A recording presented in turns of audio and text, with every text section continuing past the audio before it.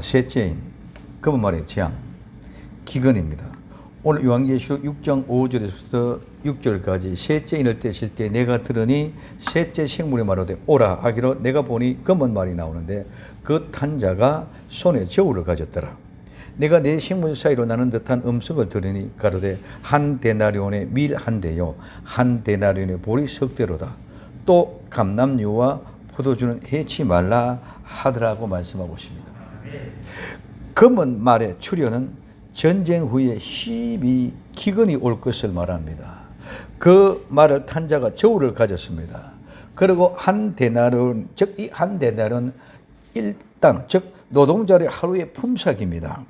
그 품삯이 밀 한 대고 하루의 품삯이 밀 한 대요 보리 석 대라고 말하였으니 기근으로 인하여 경제계가 굉장히 무서운 혼란이 올 것을 예언하고 있습니다. 그러나 그때도 감람류와 포도주는 해치 말라고 했으니 감람류는 고급 기름, 성령님을 상징합니다. 그리고 포도주는 예수님의 보혈을 상징합니다. 그래서 예수님의 피로 거듭나고 성령을 받은 성도는 어떤 무서움과 기근과 경제적인 혼란에서도 보호를 받는다는 것을 우리에게 분명하고 확실하게 말씀해 주고 있는 말씀인 줄 믿으시기 바랍니다.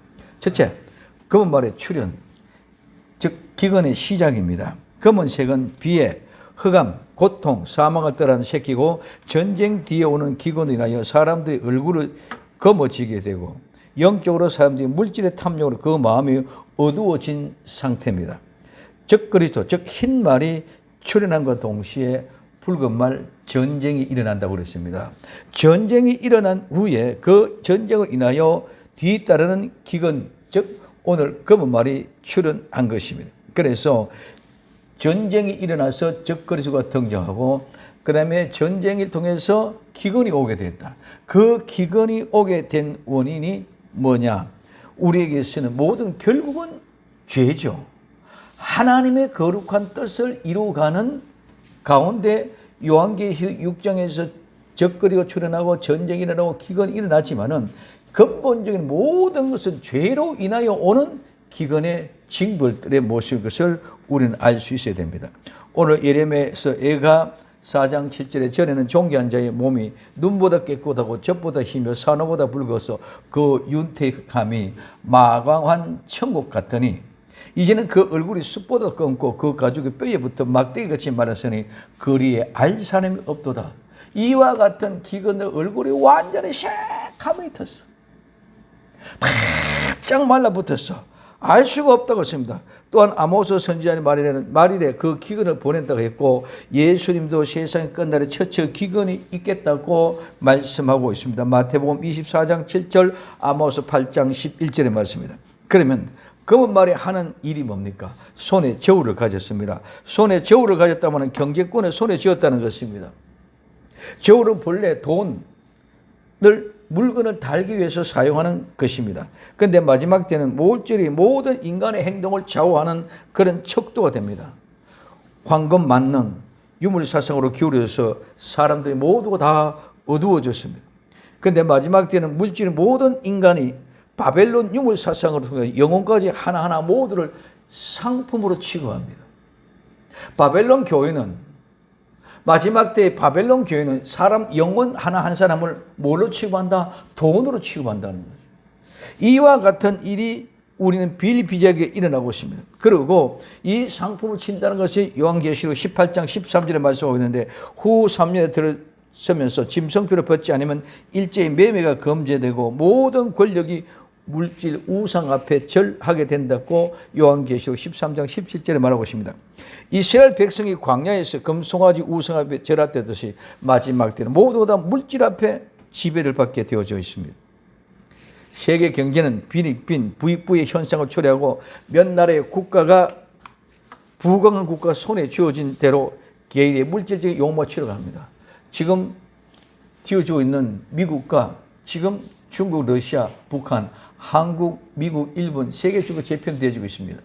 그리고 오늘 전 세계가 지금 러시아와 중국 이 중심으로 하는 공산주의 계획, 유물사원, 그 다음에 민주주의였던 미국 이래서 모두가 이와 같은 모습으로 재편되어 누가 강권이고 누가 힘을 잡느냐에 따라서 달라집니다. 그 지금 현재 차도 보조금을 준다 안 준다, 뭔 칩을 심으니까 안 된다, 이런 모든 것 전부 다 경제, 이것이 앞으로는 전체적으로 기근이 돌아올 조건들입니다. 이 모든 것들이 경제적인 부귀가 결국은 전쟁과 연결되거든요. 그래서 전쟁에서 이긴 자들이 모든 걸 다 가져갑니다. 이와 같은 모습들이 일어나게 되면은 모두가 다 세계 경제에 대혼란이 일어납니다. 이런 모든 것을 정리하기 위해요. 그래서 전쟁이 일어나면은 그 전쟁을 통해서 정권을 잡는 적그리스도가 이 모든 걸 다 정죄를 합니다. 그래서 666 통치를 하기 시작될 수밖에 없는 것이 바로 이 일입니다. 그래서 한 데나리온의 노동자의 하루 임금이 하루 종일 일하는데 밀하는데 보리 석 대밖에 안 되는 이런 엄청난 공황이 오게 된다는 것을 우리에게 이야기하고 있습니다.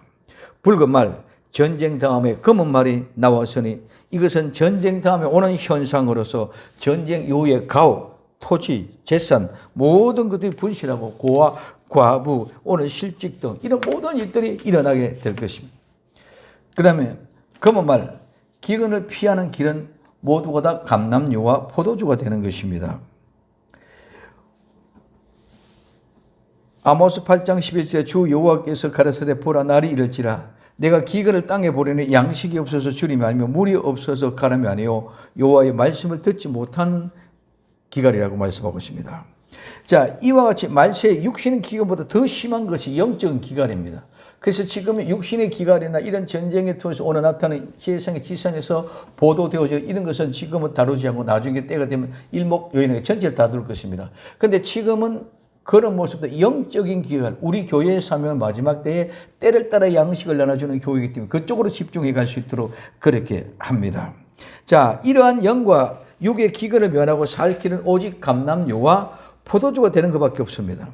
감람류는 성령님을 가리키고 포도주는 예수 그리스도의 보혈을 뜻한다고 말했습니다. 오늘 사도행전 4장 27절과 마태복음 26장 28절에 말하고 있습니다. 그래서 감람류와 포도주를 해치 말라는 뜻은 예수님의 피로 거듭나고 성령으로 충만한 성도들은 그 기회를 피기근을 해치는 것들을 피한다는 말씀입니다. 그래서 오늘 시편 33편 18절에 여호와는 그 경외하는 자 곧 그 인자하심을 바라는 자를 살피사 저희 영혼을 사망에서 끊어내며 저희 기근시에 살게 하겠다면 하나님이 예수 그리스도의 보혈로 구원받고 성령으로 충만받은 사람은 어떤 기근 가운데도 하나님이 지켜주시고 보호해주시는 줄 믿으시기 바랍니다. 그리고 시편 37편 19절에 저희는 환난 때에 부끄럽지 않으며 기근의 날도 풍족하다고 말씀해 주고 있습니다. 자, 그런데 오늘 요한계시록 6장 6절에 내가 내 생물 사이로 나는 듯한 음성을 들으니 가로되 한 데나리온에 한 밀 한 대요 한 데나리온에 보리 석 대들어다 또 감람유와 포도주는 해치 말라 하더라. 근데 여기 해치 이 말은 잘못하다, 법을 어기다는 말입니다. 즉 포도주와 감람유는 건드리면 너희들이 잘못하는 것이다. 즉 법을 어기는 것입니다. 그래서 하나님은 택한 백성을 철저하게 이렇게 보호해놨다는 것인 줄 믿으시기 바랍니다. 그냥 우리가 해치 마라, 해치 마는 것 없다. 이거는 하나님의 원문이면은 이거는 건드리면 법을 어긋나게 하는 것이다. 하나님은 약속의 말씀 이렇게 정확하게 얘기를 한다. 그래서 감람류와 포도주를 해치 말하면 잘못됐다. 그걸 법은 어기는 것이다. 그래서 법을 어기는 하나님은 정말로 심판하겠다는 것이죠. 이와 같이 마지막에 아무리 무서운 기근이 와도 하나님을 경외하고 그 계명을 지키고 그분을 사랑한 자들은 하나님께서 특별하게 보호하시고 지키시고 인도해 주실 줄로 믿습니다. 자, 그러면 이제는 기근에 대해서 신경을 첫 번째 요셉의 기근입니다. 요셉은 7년 기근 대책을 오늘 창세기 47장 13절부터 16절에 말씀인데 기근 전에는 어떻게 했습니까? 요셉이 기근 전에는 창세기 39장 5절 그가 요셉에게 자기 집과 그 모든 소유를 주관하게 한 때부터 여호와께서 요셉을 위하여 그 애굽 사람의 집에 복을 내리심으로 여호와의 복이 그 집과 밭에 있는 모든 소유에게 미친지라고 말씀하고 있습니다. 하나님의 은혜를 받고 하나님의 지시로 기근을 대책을 시험으로 이집트에 복받는 모든 것들은 누구 때문이다? 요셉 때문이라고 오늘 얘기하고 있는 것입니다. 기근 전에는 이랬습니다. 그럼 기근 당시에는 어땠습니까? 오늘 기근 당시에는 곡식 있는 곡식을 다 팔아서 이집트 땅과 가나안에 있는 모든 돈을 다 몰수하고 궁으로 돈을 다 가져오겠습니다. 두 번째는 소와 양과 낙이 모든 가축을 식량으로 다 샀습니다. 그 다음에 토지, 전답 전부 팔아서 전부 다 왕께 드렸습니다. 백성은 국가의 토지에서 농사에서 5분의 1을 상납하게 해서 이 기근 시에는 모두 소출을 풍경 때 거두어 들여서 그것을 가지고 기근을 살펴내게 되는 것입니다. 그럼 기근 후에는 어떻겠습니까? 오늘 창세기 47장 27절 이스라엘 족속이 애굽 고센 땅에 거하며 거기서 산업을 얻고 생육하며 번성하였더라고 말씀하십니다. 자, 기근 전에는 요셉으로 말미암아 복을 받고 기근 당시에는 기근이 오기 전에 먼저 7년 풍년 동안에 이런 모든 재산을 다 적시했습니다. 쌓을 것이 없고 다 적시하고 준비해 놨었습니다. 그래서 기근 시에 이 적시한 것을 가지고 기근을 이겨나갈 수 있도록 모든 물건을 배포해 주었다는 것이죠. 그리고 기근 후에는 모든 족속이 애굽 고센 땅에서 거기서 산업을 얻고 생육하여 번성했다는 것을 우리에게 이야기해 주고 있습니다. 두 번째, 엘리야의 3년 반 기근 대책입니다. 엘리야는 열왕기상 17장 1절에서 24절 우리는 너무 잘 알고 있습니다. 엘리야는 어떻게 했습니까? 기근 전에는 오늘 열왕기상 17장 1절에 길르앗에 우거하는 자 중에 디셉 사람 엘리야가 아합에게 고하되 나의 섬기는 이스라엘 하나님 여호와의 사심을 가리켜 맹세하노니 내 말이 없으면 수년 동안 우로가 있지 아니하리라고 말씀하고 있습니다. 자, 이렇게 하나님의 은혜를 받고 하나님의 지시로 기근 대책을 시험으로 이집트에 복받게 했던 요셉과 달리 하나님의 은혜를 받고 하나님의 지시로 기근 대책을 이제는 선포를 합니다. 누가? 아합에게. 누가? 엘리야에게. 자, 아합에게 고대 나의 섬기는 이스라엘 하나님 여호와의 사심을 가리켜 맹세하노니 내 말이 없으면 수년 동안 우로가 있지 아니하리라. 즉 3년 반 동안 비가 없겠다는 것입니다. 요셉은 요셉으로 말미암아 복을 받게 했고 그 요셉이 기근에 풍년에서 모든 걸 적시해서 저축에 보정했다가 기근을 이겨냈는데 이 엘리야는 아합 왕의 도전을 선포합니다. 내 말이 없으면 하나님께 기도하는데 하나님 말씀하는데 하나님 말씀이 없으면 하나님의 말씀이 없으면 3년 반 동안 수년 동안 우루가 없겠다고 선포하는 모습을 보고 있습니다. 그 다음에 기근 시에는 어떻게 합니까? 오늘 열왕기상 17장 3절에 너는 여기서 떠나 동으로 가서 요단 앞 그릿 시냇가에 숨고 그 시냇물을 마시라. 내가 까마귀로 명하여 거기서 너를 먹이게 하리라. 제가 여호와의 말씀과 같이 곧 가서 요단 앞 그릿 시냇가에 물매 까마귀들이 아침에도 떡과 고기를 저녁에도 떡과 고기를 가지고 왔고 제가 시내를 마셨더니 말씀하고 있습니다. 자, 기근 시에 자연 음식을 주었습니다. 자연 음식이 뭡니까? 오늘 열왕기상 17장 3절에 너는 여기서 떠나 동으로 가서 요단 앞 그릿에 신고 그 다음에 4절에 있습니다. 물을 마시고 10절 6절에 제가 시내를 마셨더니 물은 자연 음식입니다. 하나님이 그저 주시는 그 음식입니다. 오늘 우리는 하나님의 말씀은 그냥 주신 것인 줄 믿으시기 바랍니다. 아무도 누구도 돈 주고 사 먹는 것입니다. 이스라엘 백성들이 광야에 만나는 데였습니다. 만나 돈 주고 산 만나가 아닙니다. 자, 그렇기 때문에 오늘 우리에게서는 열왕기상 17장 4절 그 시냇물을 마시라. 이 자연 음식 시냇물을 마시라. 이 그릿이라는 말은 그릿 시내인데 잘라내다, 베어내다, 떼어내다, 끊다, 삭제하다. 죽이다, 살해하다, 목숨을 빼앗다는 말에서 유래된 말이 그릿이라는 말입니다. 그래서 이 그릿은 이 세상에서 불러낸 자들을 특별히 특별히 불러낸 사람들을 특별한 음식을 먹이고 살게 해주십니다. 성도는, 교회는 세상에서 불러낸 사람들이 모이는 것이 교회인 줄 믿으시기를 바랍니다. 이스라엘 백성들이 이집트에서 불러냈습니다. 어디로? 가나안 땅으로 데려가기 위해 광야로 불러냈습니다. 그 광야에 나오면은 이제까지 이집트에서 없던 음식을 먹는 것이 아니라 광야에서 나오고 광야는 새 양식을 먹습니다.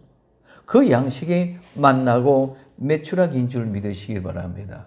근데 오늘 이 그릿이란 말은 하나님께서 이 세상의 모든 육신의 정욕과 안목의 정욕과 이 생의 자랑을 다 잘라버리고 베어내고 떼어내고 끊어버리고 삭제하고 그런 모든 죄악 건성을 다 죽이고 살해하고 내 목숨을 빼앗으려고 달려왔던 것들을 죽여버리고 내 목숨 중금과 같은 고통 가운데서 나온 것이 그릿인 줄 믿으시기 바랍니다.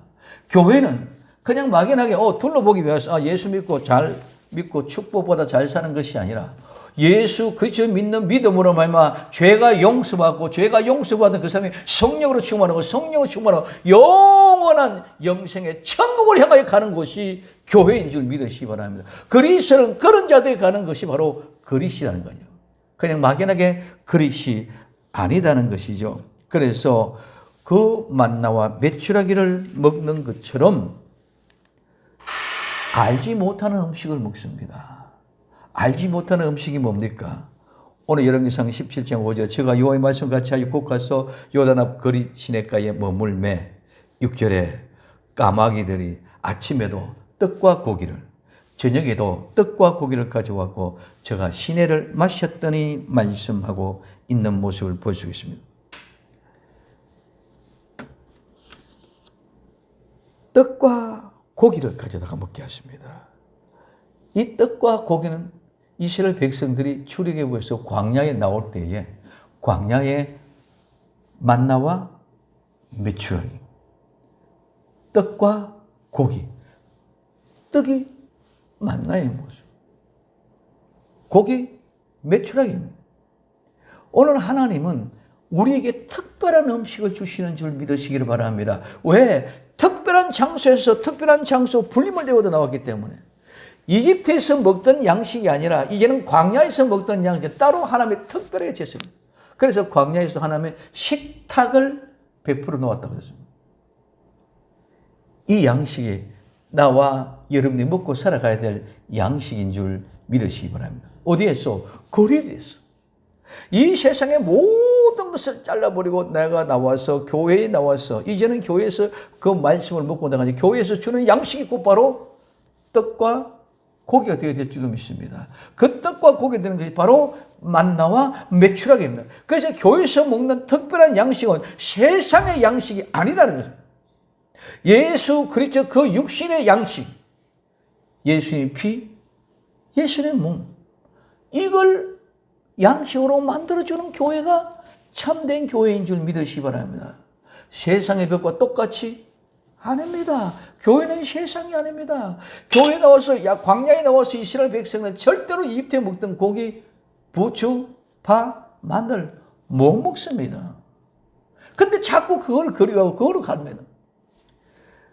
오늘 우리는 하나님이 알지 못하는 음식을 준비해 놓으신 줄 믿으시기 바랍니다. 상상도 못했던 만나와 메추라기처럼 상상도 못했던 까마귀를 통해서 떡과 고기를, 이게 바로 만나와 메추라기인 줄 믿으시기 바랍니다. 이 양식을 특별하게 우리에게 알지 못하는 양식을 공급해 주었다는 것입니다. 그다음에 세 번째는 남겨진 음식입니다. 오늘 열왕기상 17장 9절에서부터 너는 일어나 시돈 속 사르바로 가서 거기서 요하라. 내가 그곳 과복에 명하여 너를 공개하게 하였느니라. 제가 가지러 갈 때 엘리야가 저를 불러 가로되 청컨대 내 손에 떡 한 족을 내게로 가져오라. 제가 가로되 당신의 하나님 여호와의 사심을 가르쳐 명시하노니 나는 떡이 없고 다만 통에 밀가루 한 움큼과 병에 기름 조금뿐이라. 내가 나뭇가지를 두어서 주었다가 나와 내 아들을 위하여 음식을 만들어 먹고 그 후에는 죽으리라. 엘리야가 저기 이르되 두려워 말고 가서 내 말대로 하려니와 먼저 거기서 나를 위하여 작은 떡 하나를 만들어 내게로 가져오고 그 후에 너와 내 아들을 위하여 만들라 하고 말하고 있습니다. 여기에 작은 떡 하나 남겨진 마지막 양식입니다. 이거 먹고 죽을 양식입니다. 이게 우리에게는 마지막에 작은 책인 줄 믿으시기 바랍니다. 이런 거 먹고 끝나는 거예요. 이게 힘들어요. 그래서 이 떡을 먹고 마지막에 이 작은 책, 이 마지막 이 작은 떡 하나 먹고 오늘 그 식구가 기근 때까지 밀가루통에 밀가루가 마르지 않고 기름통에 기름이 끊어지지 않은 줄 믿으시기 바랍니다. 이게 남겨진 음식입니다. 우리는 이 남겨진 음식을 분명히 주어줬다는 것입니다. 근데 이것이 어디에? 시돈에. 이 시돈이란 말은 고기를 잡다, 사냥하다. 이 말은 사랑하다, 새를 잡다, 고기를 잡다, 추적하다, 함정을 놓다, 양식을 취하다 말해서 유래가 되었습니다. 자, 그래서 시돈에 오라는 사르밧. 이 사르밧은 녹이다. 즉 금과 은을 정련하다, 시험하다, 성실한, 순수한에서 유래하여 정련소를 의미합니다. 자, 그릿은 시냇가인데 이 그릿은 세상에서 교회를 나왔습니다. 교회를 나와서 우리는 자연 음식 물로 먹고 숨겨진 알지 못하는 음식은 비밀을 터득했고 그다음에 남겨진 음식을 먹는데 남겨진 음식을 먹는 사람들은 그냥 먹는 것이 아니라 하나하나 고기를 낚시를 하고 잡듯이 새를 총으로 사냥해서 한 마리 한 마리 잡듯이 그렇게 잡아 먹는 양식. 그걸 요한계시록 10장에서는 작은 책을 가져다 먹어버립니다. 내 입에는 꿀것이다 내 배에서는 서들어. 한 마리 한 마리 잡는 것이 결코 쉬운 것이 아닙니다. 여러분 율법은요. 우리가 613개 조항을 일단 613개 다 나누어져 있습니다. 하나하나. 그럼 그 율법 613개 조항 그 하나하나 따라서 뭉쳐놓은 것이 율법이라. 그래서 그 타켓이 613개가 타켓이 목표라. 죄가. 근데 고린도전서 15장에 그 타켓 사망아 너희 소는 것이요 사망에 소는 것은 죄요 죄의 본능은 율법이라. 율법이 세우는 타켓을 예수님이 다 막아버렸어요. 그걸 짊어지고 전부 다 예수님을 타켓으로 쏘려고 하는 거 610개 제자 전부 다 말씀이 성취되기 때문에 예수님 타켓에 쏠 것이 없잖아요. 쏠 것이 없으니까 마귀가 쏠 것이 없어 쏠 수가 없어. 근데 예수님이 죽었어. 왜 죽었습니까? 나와 여러분의 모든 죄를 짊어지고 가지고 내려가서 장사를 지내버렸어. 그렇기 때문에 우리도 예수님 믿으면 그 율법의 타켓 613개의 타켓이 하나도 없는 줄 믿으시기 바랍니다. 그렇게 율법을 건너고 총을 죄를 가지고 쏠려고 하니까 타켓이 없어. 600 몇 개죠. 제 첫 편. 나 왜 다른 신을 섬기지 말라. 그런데 보내 타켓이 없어. 그래서 이런 610개 종 전부 다 하나도 없이 예수님 다 가지고든 완성돼요. 그래서 그 율법도 영원한 것인 줄 믿으시면 잠시 있다가 없는 거 절대로 안 합니다. 율법은 영원한 것입니다. 그래 그 영원한 그 모습 속에서 영원하기 때문에 어떤 죄로 나타나면 거기는 죽을 수밖에 없는. 근데 예수님이 다 가지고 장사를 지내버리죠. 모두가 다 하나도. 그래 총을 쏠 수 없어. 마찬가지로 오늘 이와 같이 시돈에는 한 마리 한 마리 순수하게 우리 자신들이 정선하고 정리해서 금과 같이 음과 같이 정연소의 뜨거운 풀무불 속에 들어가서 제체소의 용광로 속에 들어가고 뜨거우면 뜨거울수록 본질과 모든 것이 분리돼요. 금은 금대로 모든 이물질은 이물질로 분리되어졌습니다. 그래서 그 속에 들어서 온전한 금은 금대로 은은 은대로 철저하게 본질만 골라내는 거예요. 이게 정연소 제로입니다. 이게 사렙밭입니다. 이 사렙밭, 그래서 그리스에서 나와서 교회에서는 이렇게 정연되어져서 깨끗하고 정결케 금은 믿음이고 은은 구원을 상징하는 거잖아요. 금과 은의 믿음으로 우리를 읽어내는 것이 바로 사르밧이에요. 이 사르밧, 이게 무엇입니까? 오늘 요한복음 21장 11절에 시몬 베드로가 올라가서 그 물을 육지에 끌어올리니 가득 찬 큰 고기가 153마리라 이같이 많으나 그 물이 찌르지 아니하였더라.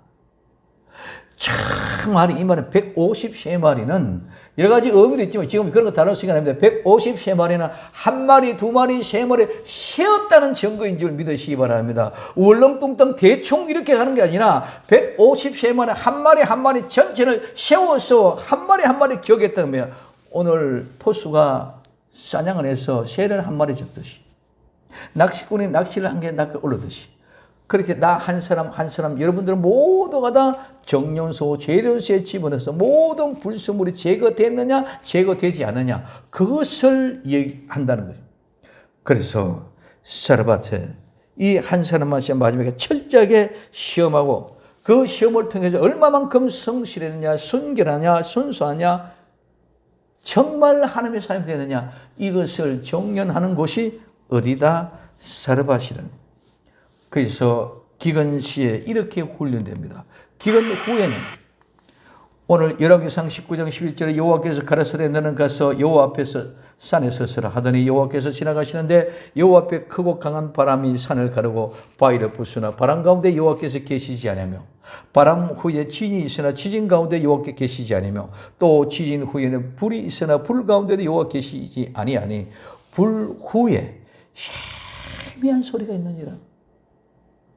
여기에 세미한 소리라는 말은 세라는 말은 가르다, 바짝 말렸다, 낮다, 곱다, 미세한.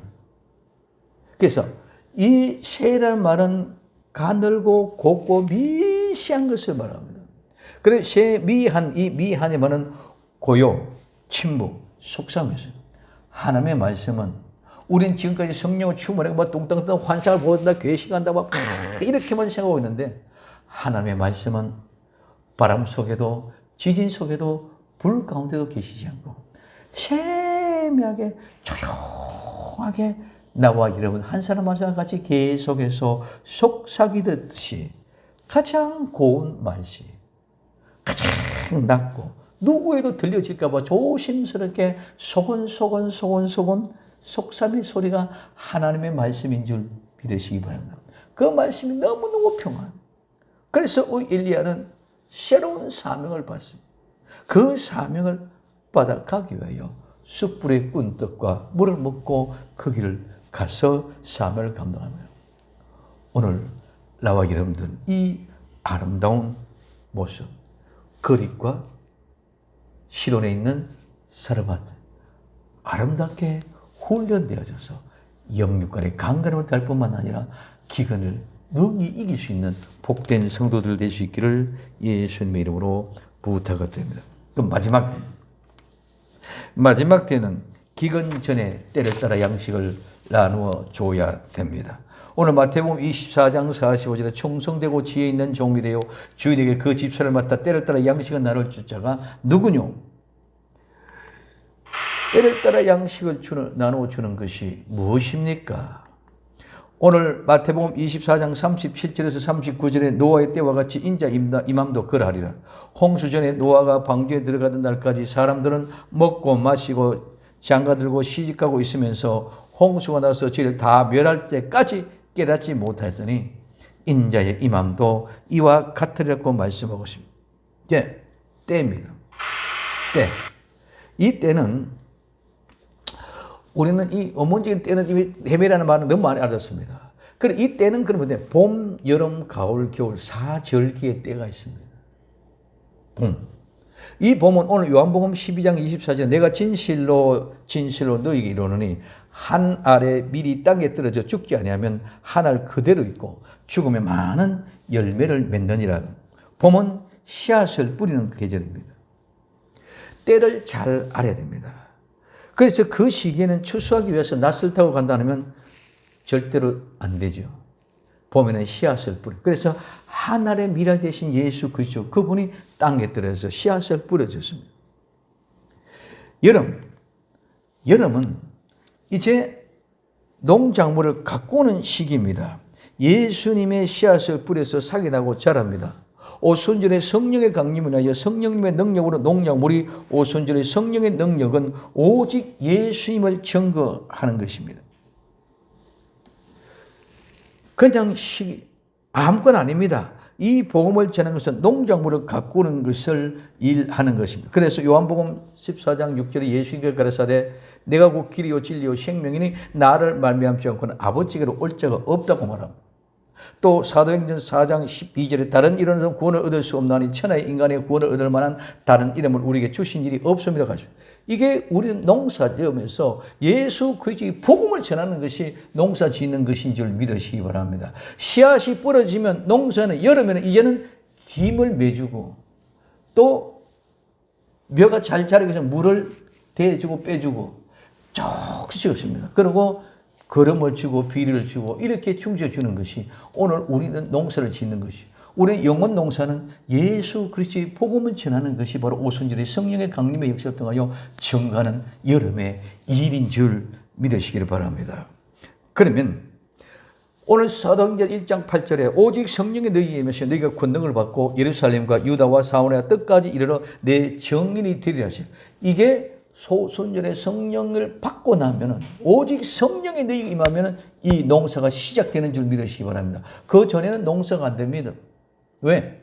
성령을 받지 못했기 때문에. 12 제자들이 제가 부활주일 때 말씀드렸습니다. 아니 부활했는 예수님 앞에 예배를 드리면서도 의심합니다. 부활했다는 사실을 보고 본 자들이 말한 것도 믿지 않습니다. 심지어는 너무 기뻐서 너무 좋아서도 믿지 못합니다. 이게 성령을 받기 전의 모습. 성령이 받고 난 후에는 그들은 누구든지 어떤 사람 앞에서 당당하게 우리는 이런 일을 정의라고 자랑스럽게 외치고 다니는 사람들이 이 사람들의 모습입니다. 그렇기 때문에 내 정의 되리라. 그러면은 성령님을 어떻게 받습니까? 오늘 사도행전 2장 38절에 베드로가 가라되 너희가 회개하여 각각 예수 그리스도 이름으로 세례를 받고 죄 사함을 얻어라. 그리하면 성령을 선물로 받으며 오늘 우리는 우리 주 예수 그리스도 이름으로 세례를 받고 죄 용서를 받으면 성령을 선물로 주시는 줄 믿으시기 바랍니다. 내가 어떻게 주하고 찾고 구하고 뜯고 드리고 게 아니라 죄만 용서가 되고 죄만 해결되면 저절로 성령님이 우리에게 선물로 오시고 그 죄만 해결되면 성령님만 오시면 마귀는 저절로 떠나게 되어 있고 모든 병마도 저절로 떠나게 되어 있고 모든 악한 영도 저절로 떠나겠고 모든 문제 다 해결되는 줄 믿으시기 바랍니다. 이게 본전입니다. 근데 우리 지금 이제 뭘 하고 있습니까? 뭘 찾고 있습니까? 본질 예수 그리스도를 통해서 죄 용서 받으면 회개하고 죄 용서 받으면 성령으로 선물 받으면 모두 다 저절로 되어진다는 것입니다. 그래서 복음의 증거 성령님의 역사로 땅끝까지 복음이 증거되려면 그 복음이 땅끝이 적음이 되어져야 뭐합니까? 추수를 합니다. 가을입니다. 가을에는 추수를 합니다. 그래서 이 가을은 농사를 지으면 반드시 추수합니다. 농부에게는 농사를 짓는 일을 추수해서 알코올 그들에서 창고에 집어넣는 것이 그게 꿈이에요. 처음부터 농사 지을 때는 씨를 뿌릴 때부터 추수하는 데 목적이 있었는 줄 믿으시기 바랍니다. 그래서 이와 같은 모습 속에서 농사를 지으면 반드시 다 구원됩니다. 그래서 오늘 가을 마태복음 24장 10절에 천국 복음이 모든 민족에 증거되기 위하여 온 세상에 전파되니 그제야 끝이 오리라. 왜 그러면 복음이 땅끝까지 증거되어야 됩니까? 우리는 그냥 막연하게 땅끝까지 복음이 전파되어 그래 예수님이 온다. 그래 마지막 된다. 이런 생각을 하고 있습니다. 오늘 요한복음 4장 35절에 너희가 넉 달, 즉 오순절 후부터 오순절의 3월달입니다. 넉 달이 지나면 7월달, 7월 1일 예수님이 재림한 나팔절입니다.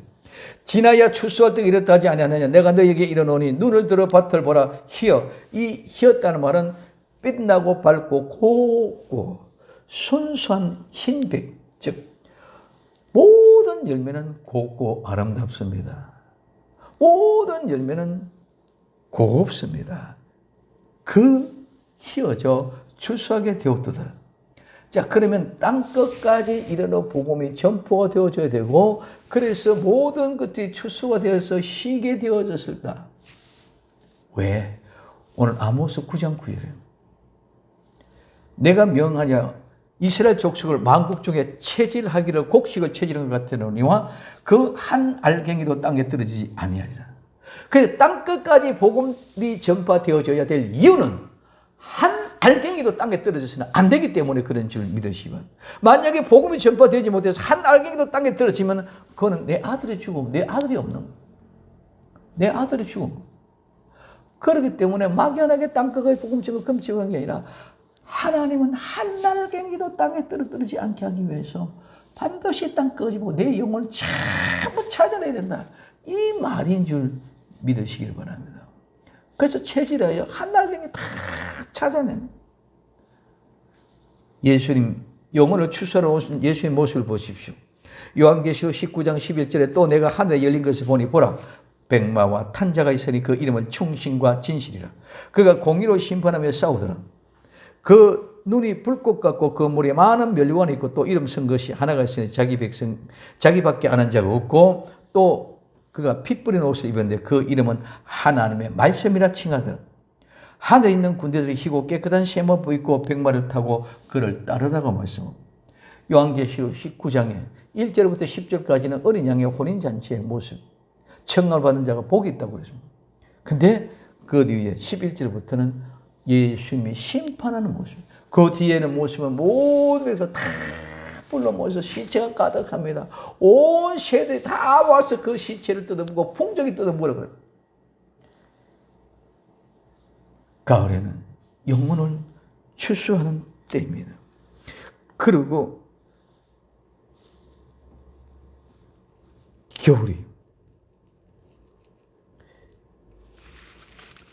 겨울은 안식입니다.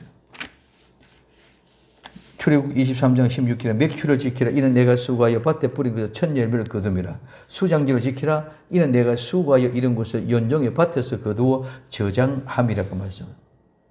여기에 맥추절을 지키라, 이것은 우리가 지키는 7월 1일 첫째 주 맥추절, 그 맥추가 아닙니다.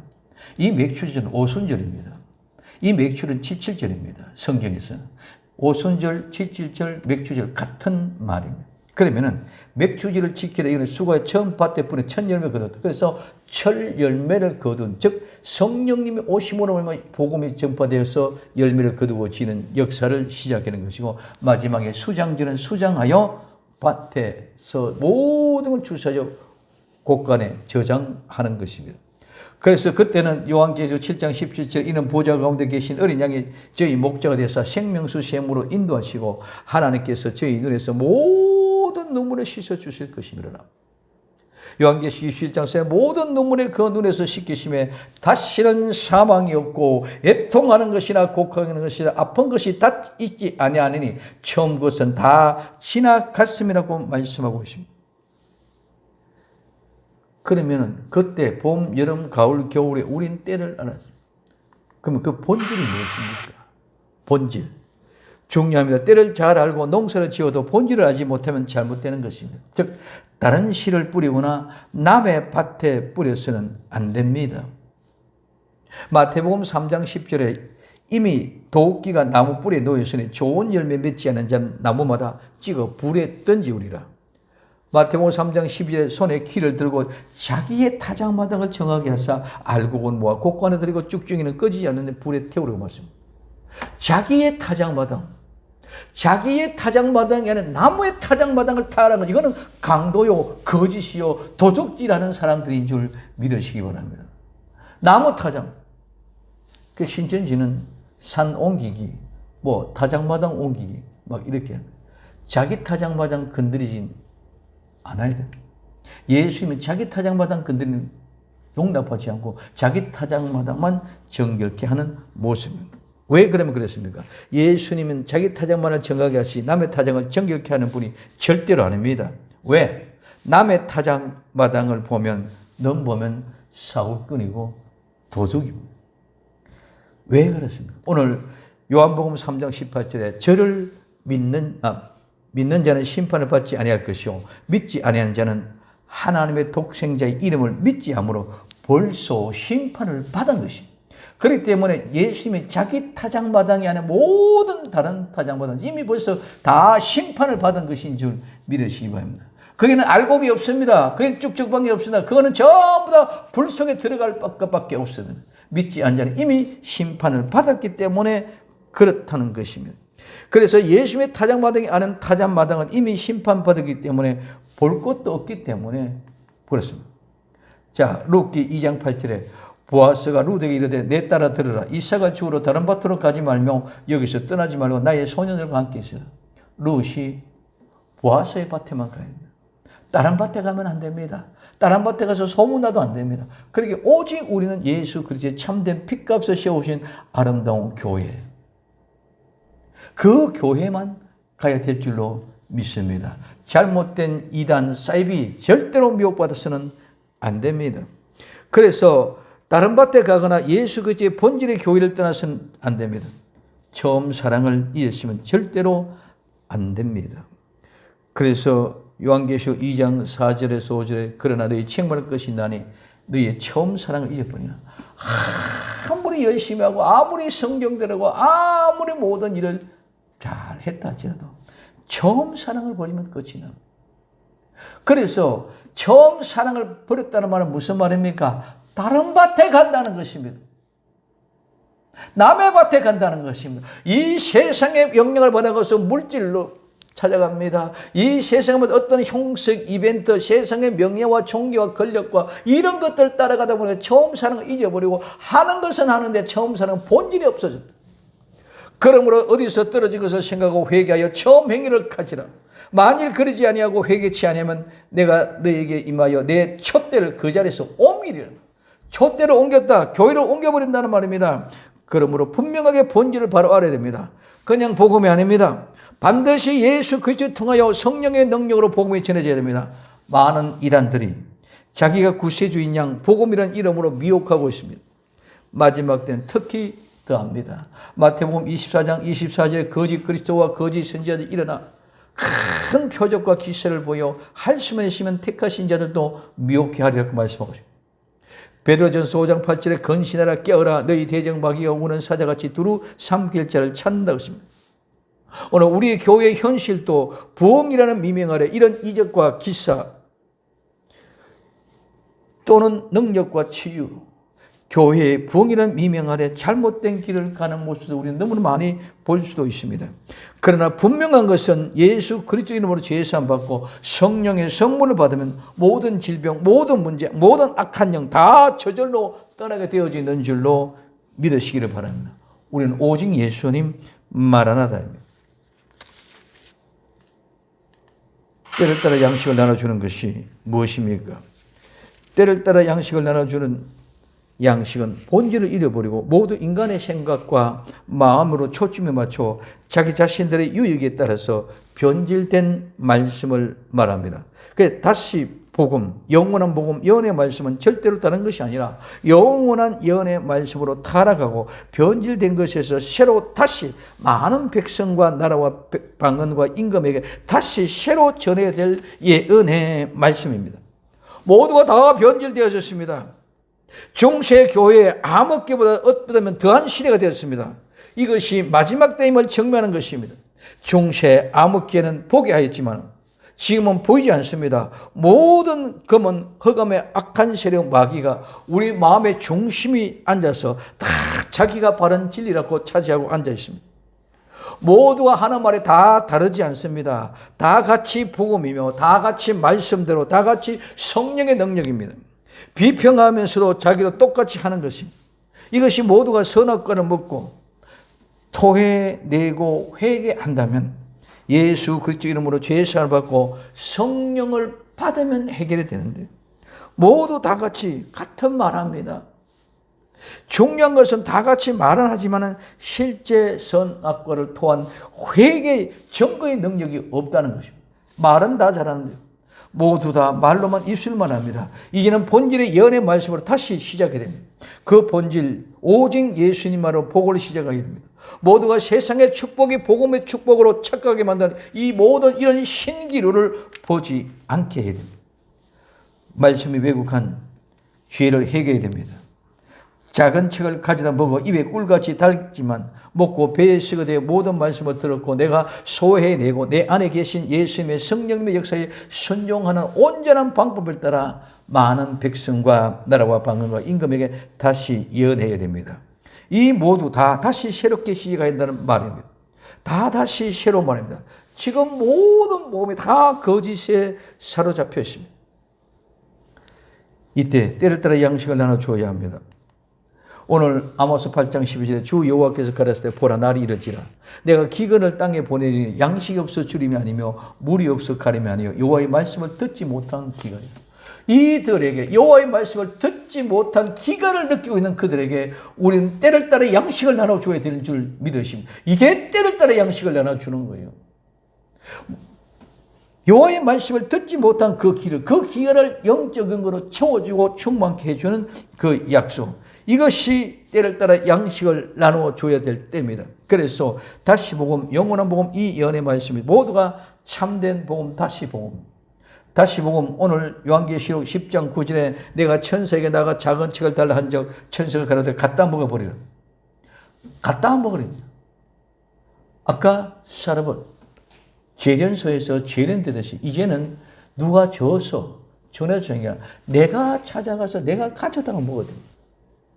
누가 저는 것이요. 이제는 정말 모두가 발바닥에 붙들어집니다. 내가 갖다 먹어버리라. 배에는 선한데 입에는 꿀같이 달리라. 천사가 손에서 작은 책을 갖다 먹어버리니 내 입에는 꿀과 같으나 먹어놓으니 내 배에는 썩게 되더라.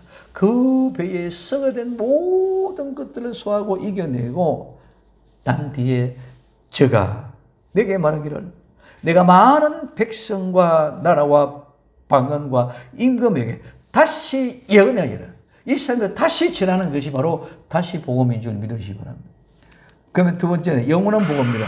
이 영원한 복음은 요한계시록 14장 6절에 또 보니 다른 천사가 공중에 날아가는데 땅에 거하는 자들 곧 여러 나라와 족속과 방언과 백성에게 전할 영원한 복음을 가졌더라.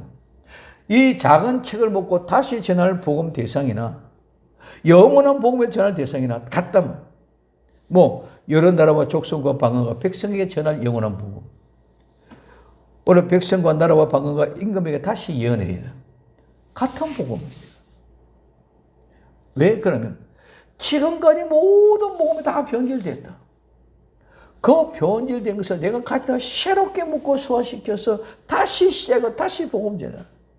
그것이 처음부터 시작 끝까지 영원해. 창세기부터 요한계시로 이어지는 영원한 복음이 그것이다. 다른 것이 아니다. 그리고 예언의 말씀입니다. 오늘 요한계시록 1장 3절 이 예언의 말씀을 읽는 자와 듣는 자들과 그 가운데 기록한 것을 지키는 자들이 보고 있나니 때가 가까워. 이 예언의 말씀은 다시 복음, 영원한 복음, 이 예언의 말씀 똑같이 창세기부터 요한계시까지 있는 전체의 온전한 복음 그 말을 읽고 듣고 지키는 자들이 보고 있는 것은 때가 가깝다. 즉 예수 그리스도의 재림의 때가 가까워졌다는 말씀을 얘기하는 것인 줄 믿으시기를 바랍니다. 그런 마지막 시대에 기근 전에는 오늘 요한계시록 11장 1절에서 2절 3절까지 또 내게 지팡이 같은 갈대를 주며 말하기를 일어나서 하나님의 성전과 제단과 그 안에서 경배하는 자를 청량하되 성전 밖 마당은 청량하지 말고 그냥 두어라. 이것을 이방인에게 주었은즉 저희가 거룩한 성을 42돌 동안 짓밟으리라. 내가 나의 두 증인에게 권세를 주니 저희가 굵은 베옷을 입고 1260을 예언하리라고 말씀합니다. 그럼 기근 전에는 이와 같이 청량할 때에 오늘 6장 6절에 요한계시록 6장 6절에 내가 생물새 나는 듯하는 음성을 들으니 가로되 한 대는 눈에 밀한데요 한 대는 보리석대로다. 또 감람류 성령님과 포도주 예수의 보혈로 예수님을 해치지 말라. 마지막에는 우리는 기근 전에 감람주와 포도주가 되어야 될 줄로 믿습니다. 이 사람이 되어져야 해치를 못합니다. 어떤 기근도 이 기근이 감람류와 포도주가 되어집니다. 하나님 아까 모르겠습니까? 법이다. 법을 어기는 것이다. 그만큼 무섭습니다. 그렇기 때문에 우리 하나님은 택한 백성 철끝 하나도 다 지키고 보호하고 계시는 분인 줄 믿으시기를 바랍니다. 그 다음에 그럼 기근시는 어떻게 합니까?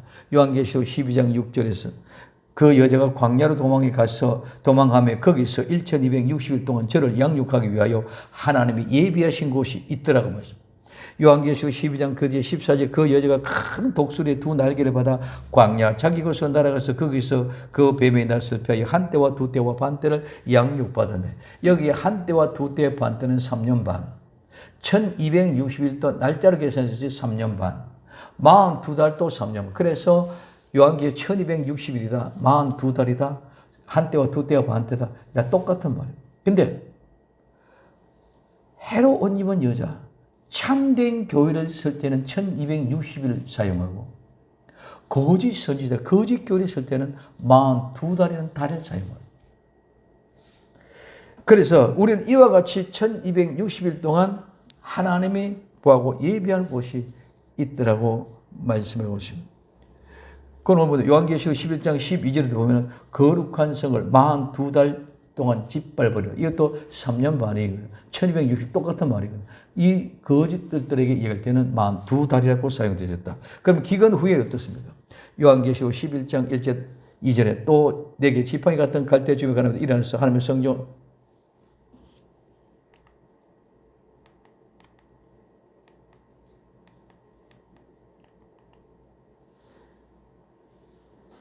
이 점 되고 기근 후에는 이사야 65장 25절 이리와 어린 양이 함께 먹은 것은 사자가 소처럼 짚을 먹을 것이며 배로 흙으로 뱀은 흙으로 식물을 삼을 것이며 나의 성산에는 해암도 없고 상암도 없으리라 여호와의 말씀이라고 얘기해 주고 있습니다. 또 요한계시록 21장 사이에 모든 눈물을 그 눈에서 씻기심에 다시 사망이 없고 애통하는 것이나 곡하는 것이 아픈 것이 다시 있지 않으니 처음 것들은 다 지나갔음이라고 말씀합니다.